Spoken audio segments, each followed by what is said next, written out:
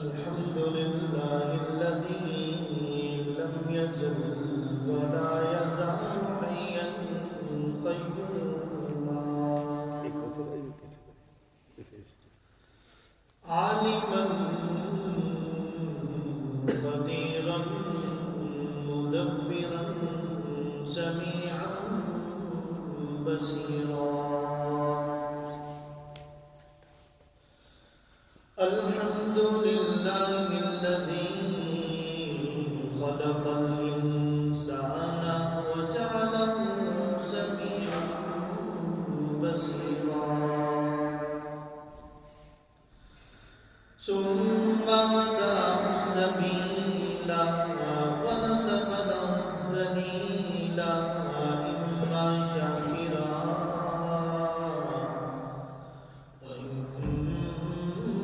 وإما كفورا وأما الكافر فاعتد لهم سلاسل وأغلالا وسعيرا وأما الشاكرون فنعمهم وكرمهم ولقاهم نظرة وسرورا فنشهد أن لا إله إلا الله وحده لا شريك له ونشهد أن سيدنا ومولانا محمدا عبده ورسوله أرسله بالحق بشيرا ونذيرا وداعيا إلى الله بإذنه وسراجا منيرا أما بعد فأعوذ بالله من الشيطان الرجيم بسم الله الرحمن الرحيم يا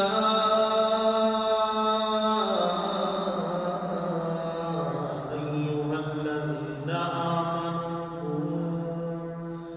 آمنوا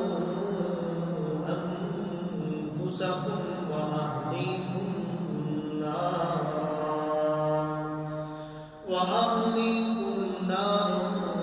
وقودها الناس والحجارة صدق الله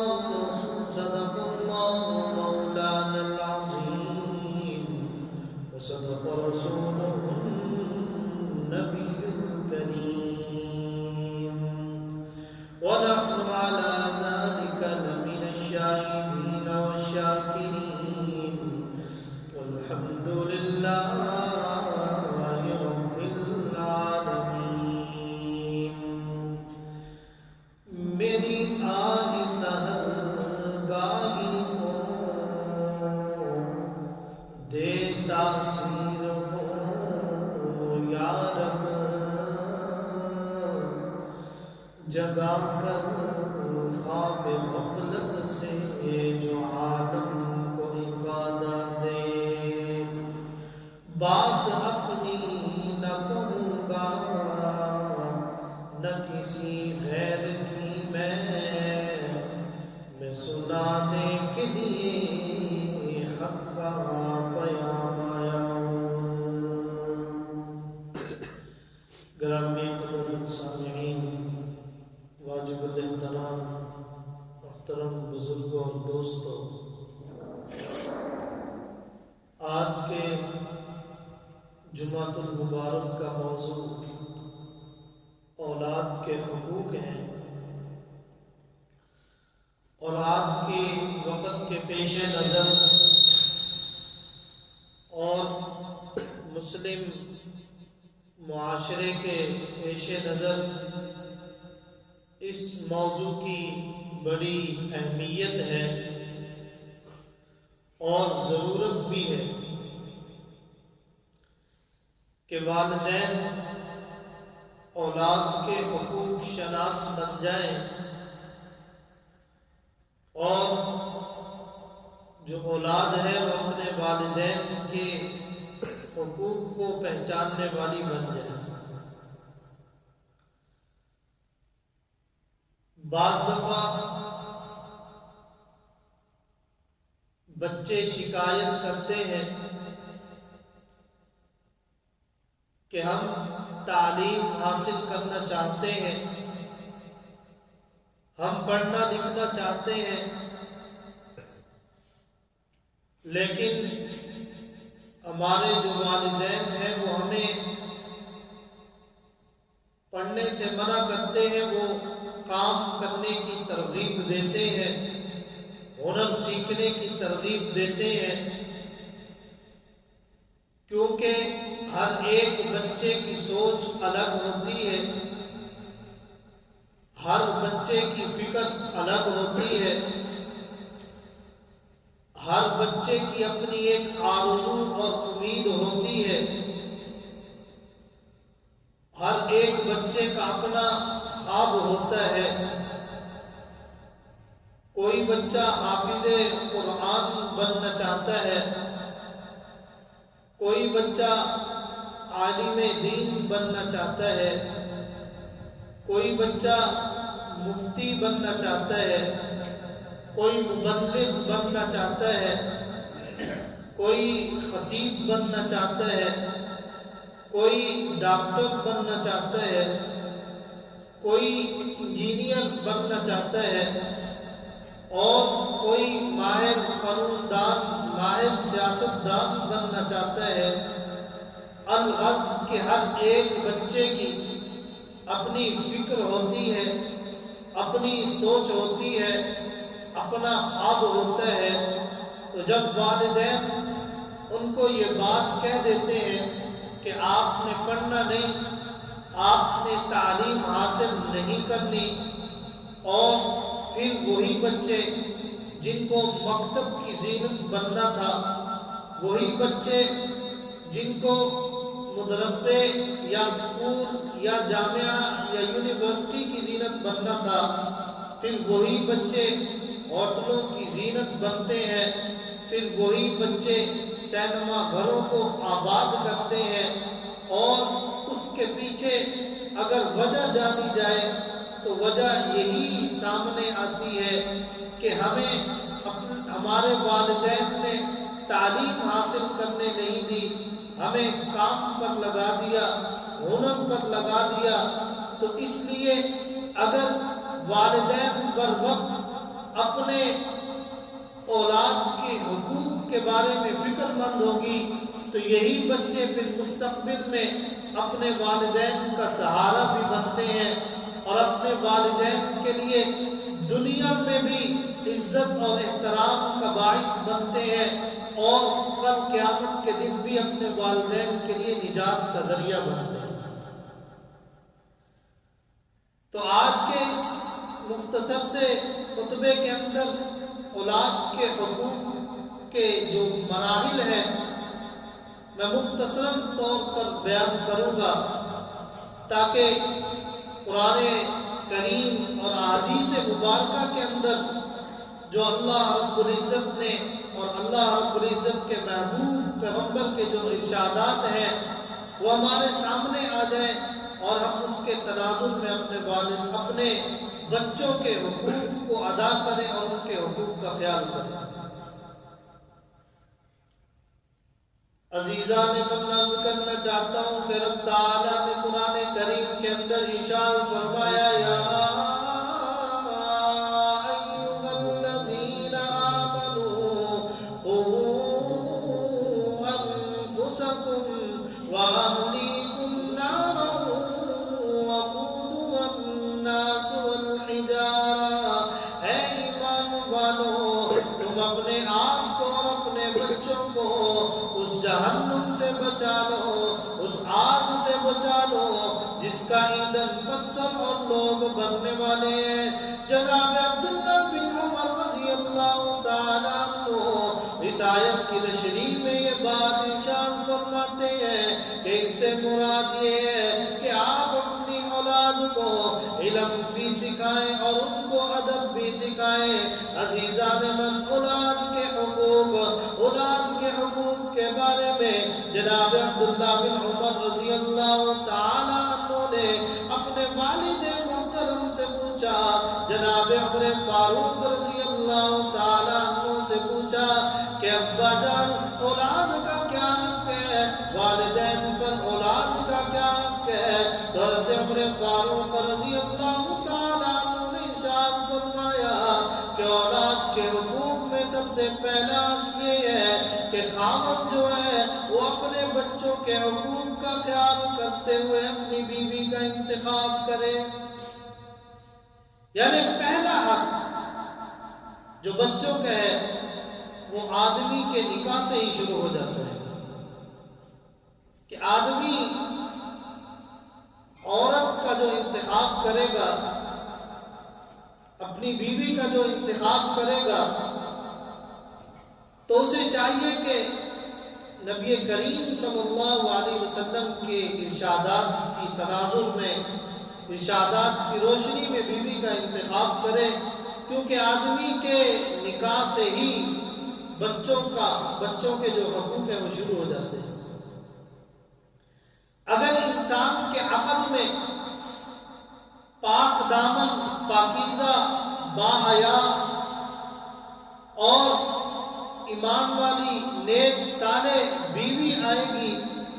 تو اس کی اولاد بھی دیانت دار بنے گی،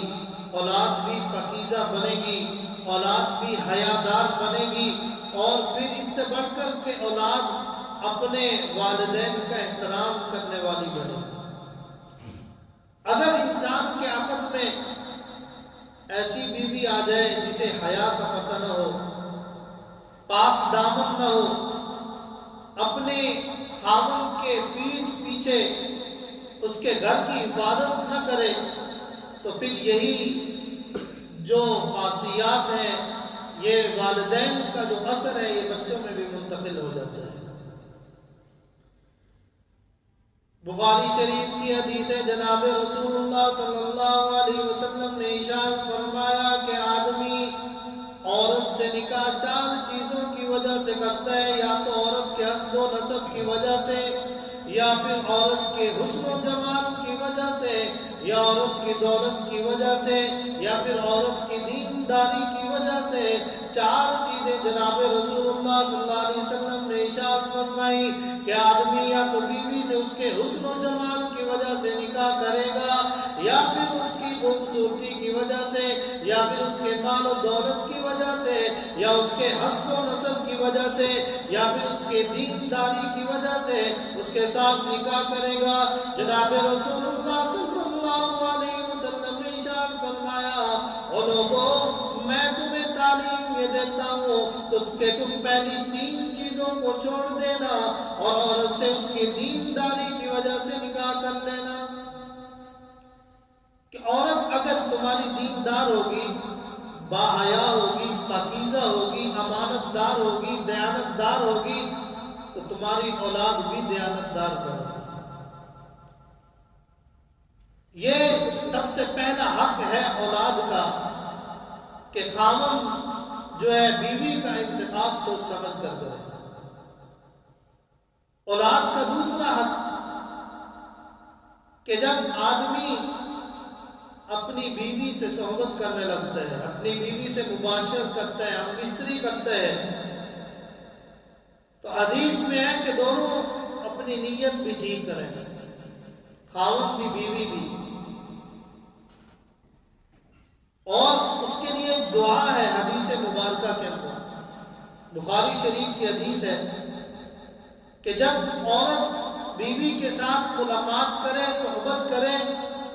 تو دونوں کو چاہیے کہ نیت یہ کرنے کہ اللہ ہمیں نیک صالح اولاد عطا فرما، ہمیں بھی گناہوں سے محفوظ فرما اور ہماری اولاد کو بھی گناہوں سے محفوظ فرما۔ اور یہ دعا سکھلائی گئی ہے، اللہم جنبنا الشیطان وجنب الشیطان ما رزقتنا، اے اللہ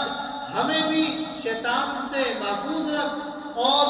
جو ہمیں اولاد دے گا اسے بھی شیطان سے محفوظ رکھ۔ حدیث مبارکہ کے اندر آتا ہے اسی دعا کے بعد اگر آدمی صحبت کے وقت ہم بستری کے وقت یہ دعا پڑھ لے تو ان والدین کی اولاد شیطان کی شر سے محفوظ رہتی ہے، اور اگر دعا نہ پڑھے تو فرمایا کہ شیطان کا اثر پھر اس اولاد میں آ جاتا ہے۔ تو فرمایا کہ اپنی اولاد کے لیے دعا کرنا اور اس کے نیک ہونے کے لیے دعا کرنا اور شیطان سے حفاظت کے لیے اس کے دعا کرنا، یہ بھی اولاد کا حق ہے۔ اور اولاد کے حقوق کا تیسرا مرحلہ، اولاد کے حقوق کا تیسرا مرحلہ یہ ہے کہ جب بچہ پیدا ہو جائے تو تیسرا حق اولاد کا یہ ہے کہ سب سے پہلے اس کے کان میں، دائیں کان میں اذان دی جائے اور بائیں کان میں تکبیر کہی جائے۔ ابھی دودھ نہیں ہے، کھانا نہیں ہے، بولنا نہیں ہے، ہنسنا نہیں ہے، سب سے پہلے اس کو اس چیز کی تعلیم دی جا رہی ہے اور اس کو بتایا جا رہا ہے اور اس بچے کے ذہن میں یہ ڈالا جا رہا ہے کہ جس پروردگار عالم نے، جس ہستی نے تمہیں ماں کی گود میں، ماں کے پیٹ کے اندر اتنے مہینے تمہیں دودھ دیا، وہاں رزق عطا کیا، جو کچھ بھی رزق تھا وہ عطا کیا، تو پھر اگلے مراحل میں بھی تمہیں رزق عطا کرنے والی بھی وہی ذات ہوگی۔ یہ اولاد کا تیسرا حق ہے۔ اولاد کے حقوق کا تیسرا مرحلہ یہ ہے کہ جیسے ہی بچہ پیدا ہو جائے اس کے کان میں اذان دی جائے، دائیں کان میں اور بائیں کان میں تکبیر کہی جائے۔ اولاد کے حقوق کا چوتھا مرحلہ، آج اگر ہم معاشرے میں دیکھا جائے تو اولاد کا جو چوتھا حق ہے کہ بچے کو ماں دودھ پلائے۔ ماں کے دودھ جیسی نعمت بچے کے لیے اور کوئی نہیں ہو سکتی۔ لیکن اگر ہم آج ہمارے معاشرے میں نظر دوڑائیں تو بہت ساری عورتیں اس وجہ سے اپنے بچوں کو دودھ نہیں پلاتی کہ ان کے حسن و جوانی میں فرق آ جائے گا، ان کی صحت میں فرق آ جائے گا۔ لیکن نبی کریم صلی اللہ علیہ وسلم کے ارشاد مبارک کو ہمیں سامنے رکھنا چاہیے اور بتانا چاہیے۔ جناب رسول اللہ صلی اللہ علیہ وسلم فرماتے ہیں کہ میں معراج کی رات جب جا رہا تھا تو ایک جگہ سے گزر ہوا تو میں نے دیکھا کچھ عورتیں ایسی ہیں جن کی چھاتیوں کے ساتھ سانپ لپٹے ہوئے ہیں اور جو سانپ ہیں ان کو ڈس رہے ہیں۔ جناب رسول اللہ صلی اللہ علیہ وسلم نے پوچھا، اے جبرائیل امین بتاؤ تو صحیح یہ کون عورتیں ہیں، ان کا کیا گناہ ہے، یہ کون سا جرم کر کے آئی ہے کہ ان کی چھاتیوں سے سانپ لپٹے ہوئے اور ان کو ڈس رہے ہیں، یہ عذاب میں مبتلا ہے، عذاب میں گرفتار ہے۔ جناب جبرائیل امین علیہ السلام نے ارشاد فرمایا،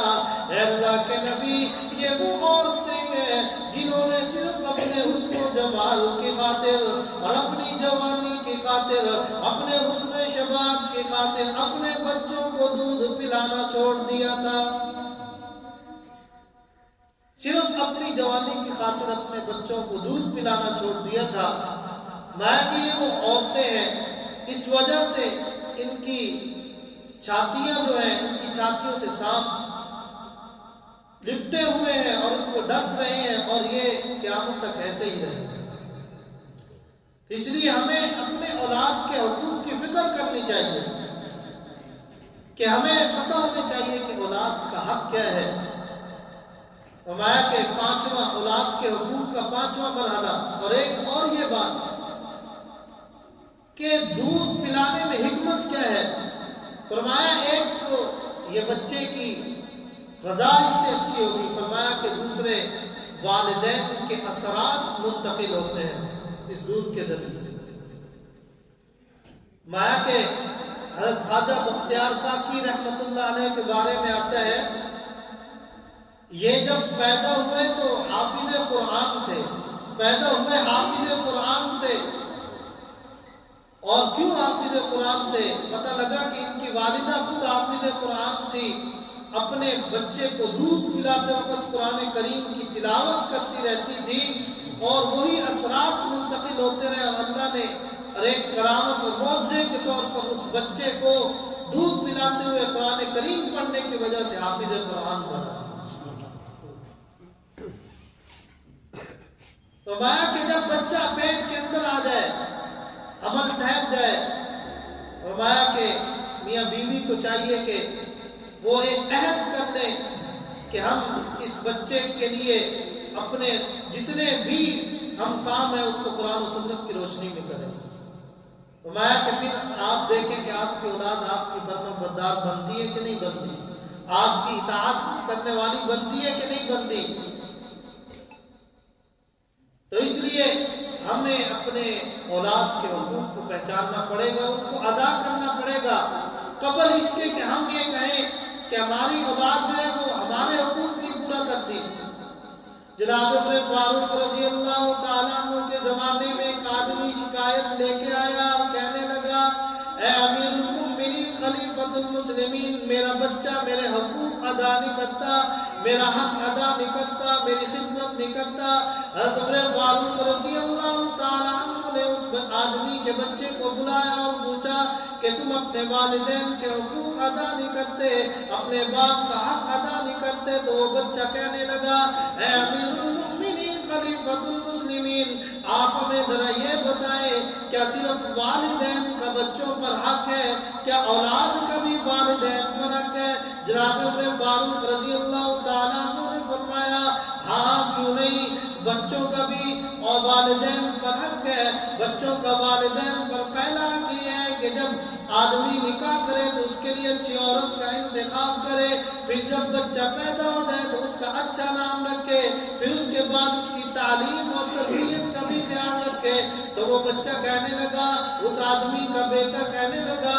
کہ امیر المؤمنین خلیفۃ المسلمین، اس آدمی نے تو کوئی بھی حقوق ادا نہیں کیا، کوئی بھی حق ادا نہیں کیا۔ اس نے جب شادی کی تو غیر مسلم عورت سے شادی کی، جب میں پیدا ہوا تو میرا نام صحیح نہیں رکھا، مجھے تعلیم اور تربیت سے محروم رکھا۔ تو جناب عمر فاروق رضی اللہ تعالیٰ عنہ نے اس بچے کے باپ سے کہا کہ جب تم نے اپنے اولاد کے حقوق کا خیال نہیں رکھا تو اولاد تمہیں کیسے حق دے سکتی ہے؟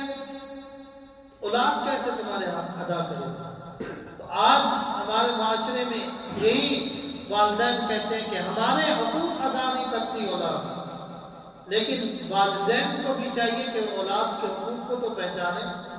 ان کو ادا کرے، پھر مطالبہ کرے کہ اولاد ہمارے حقوق کیوں نہیں ادا کرتی۔ تو اس لیے میں مختصراً عرض کر دیتا ہوں کہ آدمی بیوی کا انتخاب سوچ سمجھ کر کرے، پھر بچے جب پیدا ہو جائے اس کا نام ایسا رکھیں کہ نام کا بھی اثر پڑتا ہے۔ جناب علی مرتضیٰ رضی اللہ تعالیٰ عنہ نے حضرت حسین جب پیدا ہوئے تو ان کا نام حرب رکھ دیا۔ حرب کا معنی ہے جنگجو، لڑائی کرنے والا۔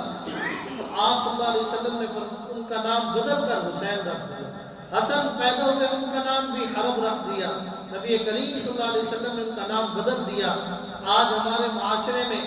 جو ہمیں چاہیے کہ ہم نبی کریم صلی اللہ علیہ وسلم کے کتنے اچھے نام ہیں، آپ کے صحابہ کے کتنے اچھے نام ہیں، ان کے ناموں پر اپنے نام رکھیں، بیٹیوں کے نام صحابیات کے نام پر رکھیں۔ ہم ان کے ناموں پر نام رکھنے کے بجائے ہم دوسری طرف چل جاتے ہیں، یا ہمیں کوئی کرکٹر اچھا لگتا ہے یا کوئی فلمی ایکٹر اچھا لگتا ہے، پھر ہوتا کیا ہے اس نام کا اثر اس بچے پر ضرور پڑتا ہے۔ اس لیے فرمایا کہ یہ بھی اولاد کا حق ہے